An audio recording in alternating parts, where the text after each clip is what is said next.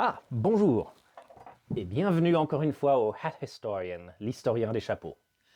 Dans cette vidéo, nous allons parler d'un chapeau qui est une icône du XVIIIe siècle, le tricorne.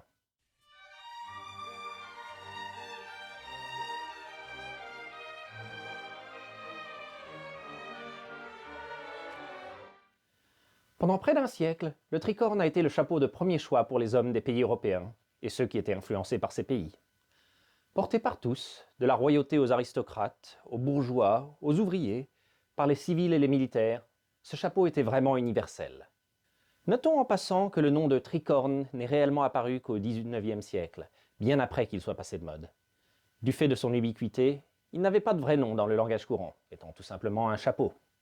Penchons-nous d'abord sur ce qu'est un tricorne et comment il est formé.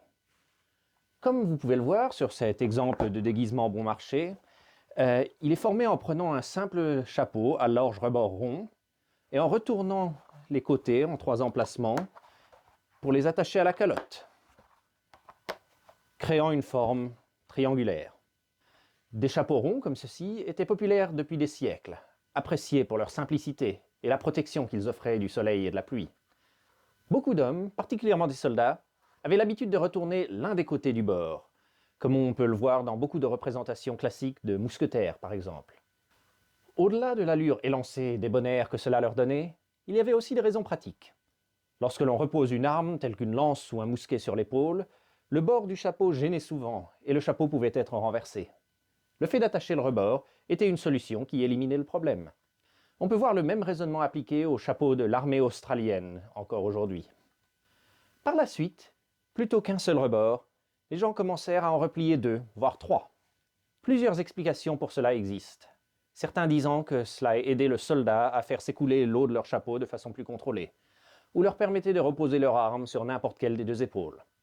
D'autres disant que cela permettait aux hommes à la mode de mettre plus en valeur les perruques poudrées qui étaient le style de l'époque. La forme triangulaire aurait aussi conféré au chapeau une plus grande rigidité. Quelle que soit la raison, le résultat était un chapeau simple, stylé et pratique, qui pouvait facilement tenir sous le bras lorsqu'il n'était pas porté, contrairement au chapeau à grande hauteur ou au rebord très mou qui l'avait précédé. Il semble que les premiers tricornes sont apparus en Flandre au XVIIe siècle, sur la tête de soldats espagnols, et se sont répandus en France après que des soldats français les ont adoptés lors de la guerre de la Dévolution, en 1767 à 68. À leur retour au pays, les soldats ont très vite passé le style aux hautes sphères, et lorsque le roi Louis XIV s'en est pris, son succès était assuré. Très vite, la cour entière portait des tricornes, souvent décorés de plumes d'autruche ou de broderies dorées. La France étant, autrefois comme maintenant, un lieu influent de mode, l'aristocratie et les paysans de nombreux autres pays européens l'adoptèrent comme couvre-chef, y compris certaines femmes, souvent perchées sur les hautes perruques de l'époque. Ces tricornes primitifs étaient souvent faits en feutre animal, assez large, parfaitement triangulaire, et parfois un peu encombrant. Les militaires ont très rapidement adopté le tricorne comme coiffe standard, autant pour les officiers que pour les soldats du rang, qu'on peut le voir ici sur les troupes françaises à la bataille de Denain en 1712.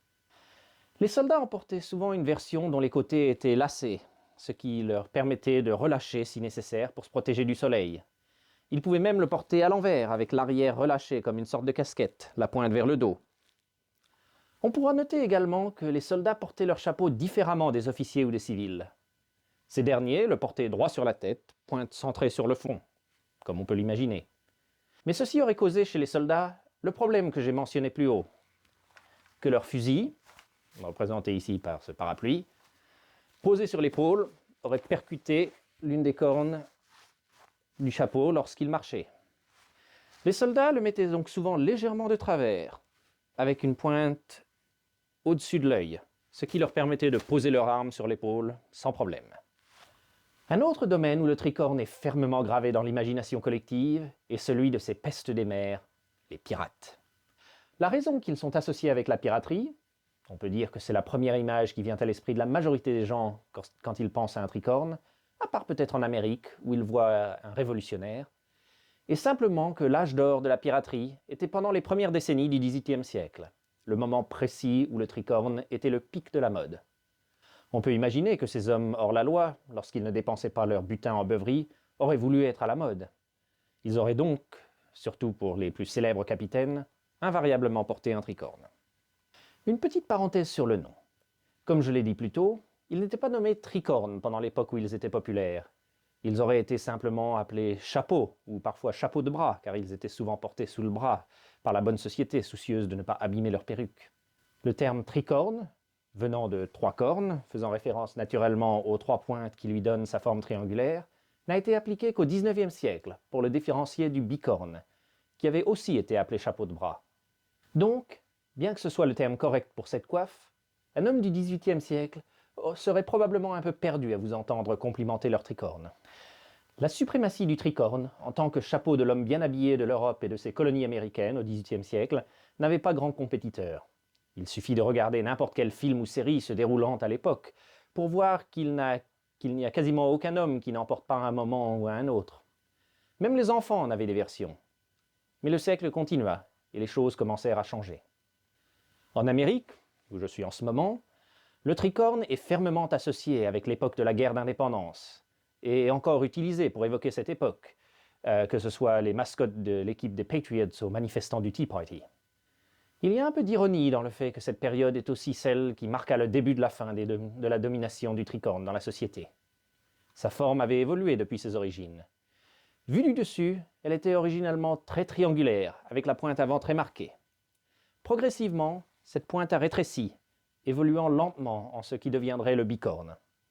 Les années 1780 sont la période où le tricorne amorça réellement son déclin. La décennie qui suivit, un haut chapeau cylindrique commença à le remplacer comme coiffe formelle pour les gentlemen, et les tricornes militaires méritaient à peine le nom, avec la pointe avant devenant un simple pli. Lors du passage au siècle suivant, il a été remplacé complètement, les militaires portant le bicorne pour les officiers et le shako pour les soldats, les civils préférant le haut de forme, dont nous avons parlé dans une autre vidéo. Le tricorne avait vécu. Seuls quelques irréductibles continuèrent à le porter au début du XIXe siècle. Mais le tricorne n'a pas entièrement disparu. Les officiers suédois en portèrent un jusqu'à la Première Guerre mondiale, probablement les derniers à le porter en tenue de service courant. Il perdure comme élément de tenue de cérémonie et d'uniforme, comme celui des Chelsea Pensioners, des Lord Mayors d'Angleterre, de certaines positions officielles du Commonwealth et des tenues du Cour royale d'Europe. Une version fortement modifiée est la coiffe de cérémonie de la Guardia Civile espagnole, et il est porté par les membres de l'Old Guard de l'armée américaine, qui portent un uniforme révolutionnaire. En France, il est, dans une version moderne, la coiffe standard des personnels féminins de nombreuses branches des forces armées, de l'armée de terre ou de la marine, entre autres. Donc, bien qu'il soit devenu plus rare qu'il ne l'a été lors de ses heures de gloire, le tricorne est loin d'avoir disparu. J'espère que vous avez trouvé tout ceci intéressant et que vous me rejoindrez bientôt pour un autre chapeau. Jusque-là, chapeau à vous tous.